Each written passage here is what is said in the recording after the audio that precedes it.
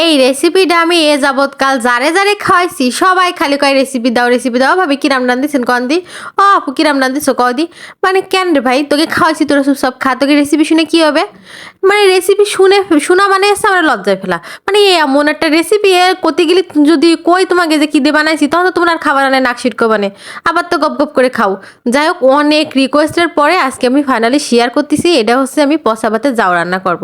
আমি এটা কখন রান্না করি জানো তো? যখন আমার ফ্রিজে অনেক বেশি খাবার জমা হয়ে যায়, যে এটা কেউ খাচ্ছে না, নষ্ট হবে, তখন আমি খাবার ফেলা তো আসলে উচিত না, এই জন্য আমি করি ওই খাবার নষ্ট খাবারগুলারে দিয়ে, মানে হচ্ছে বাসি খাবারগুলারে দিয়ে একটা খিচুড়ি রান্না করি, যেটারে আমাদের এলাকায় আমরা বলি হচ্ছে পচা ভাতের খিচুড়ি। যাই হোক, ভাত কিন্তু পচা না, দেখতেছো খাবার দাবার সব ফ্রিজ থেকে বার করেছি, একদম তরতাজা খাবার দাবার। তো এইগুলোর আমি কিরাম করে আজকে পচা ভাতে যাও রান্না করলাম সেটাই শেয়ার করতেছি।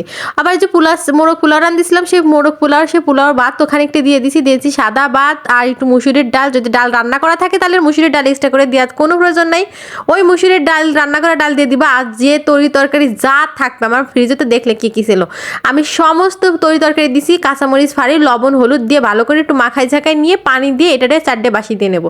ব্যাস, কোনো কাজ নাই, এরকম করে দিবা। মানে তোমার বাসায় যা থাকবে। আর এটাতে রান্না করার জন্য যদি মাংসের যে তলের খাঁচাকুচি ঝোল থাকে না, ওই ঝোলটা যদি থাকে না, বিশ্বাস করে সেই লেভেলের টেস্ট লাগে। তবে আমার আজকে ছিল না, তো যেটাতে করছি সেটাই তোমাকে সাথে শেয়ার করতেছি। যে এরকম তরকারি যা যা ছিল সব দিয়ে দিছি।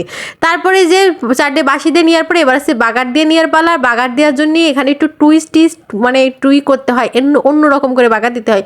নর্মালি যেরকম খিচুড়ি বাগার দিয়ে ওরকম না। প্রথমে দিয়ে দিলাম হচ্ছে তেজপাতা 2টে, তারপরে 2টে এলাচ, 1 টুকরো হচ্ছে দারচিনি, দিয়ে দিলাম হচ্ছে বেশ খানিকটা পেঁয়াজ আর রসুনের পরিমাণটা একটু বেশি করে দিতে হবে, তাহলে ফ্লেভারটা অনেক মজার আসে।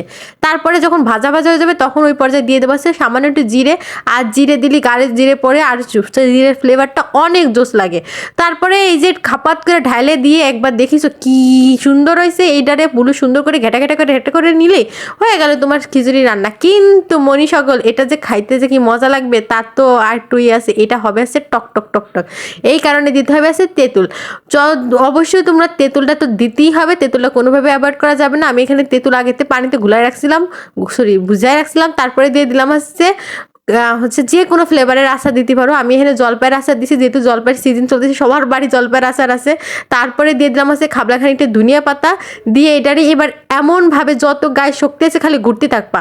পারলে তোমরা ডাল ঘুটনি দিয়ে ঘুরতে পারো, আমি খুন্তি দিয়ে ঘুটে বানিয়ে দিছি একবারে। গুটাগুটি শেষ হয়ে গেলে লাস্টে যখন একদম গ্যাস অফ করে দিয়ে লেবু চিপে দিয়ে দিবা। প্রয়োজনে যতটা পারো ততটা লেবু দিবা। আমি এখানে একটা পরিমাণ লেবু দিছিলাম। দেওয়ার পরে এই যে পুরোপুরি খিচুড়ি আমার কিন্তু রেডি। এটা গরম গরম ছাট মারতে হবে, কিন্তু এটা ঠান্ডা হলে কিন্তু একটু খেতে মজা লাগবে না। ব্যাস, এই যে আমার খিচুড়ি কিন্তু একদম রেডি। আর আমি এটা রান্না করলে আমার সাইডে 2 ভাবি আছে, তারা হচ্ছে আমার বান্দা কাস্টমার। তারা আমার কাছে এটা খাবে। আর এটা খাইতে এত মজা, গরম গরম ফু দিয়ে খাইতে হবে, কিন্তু একদম ঠান্ডা হলে একদমই মজা লাগবে না। আর টক টক ফ্লেভার, ঝাল টানা ঝাল, একদম খাইতে যে কি মজা লাগে তোমাদের কি করে বোঝাবো। তোমরা অবশ্যই পচা ভাতে যাওয়াটা কিন্তু ট্রাই করবা।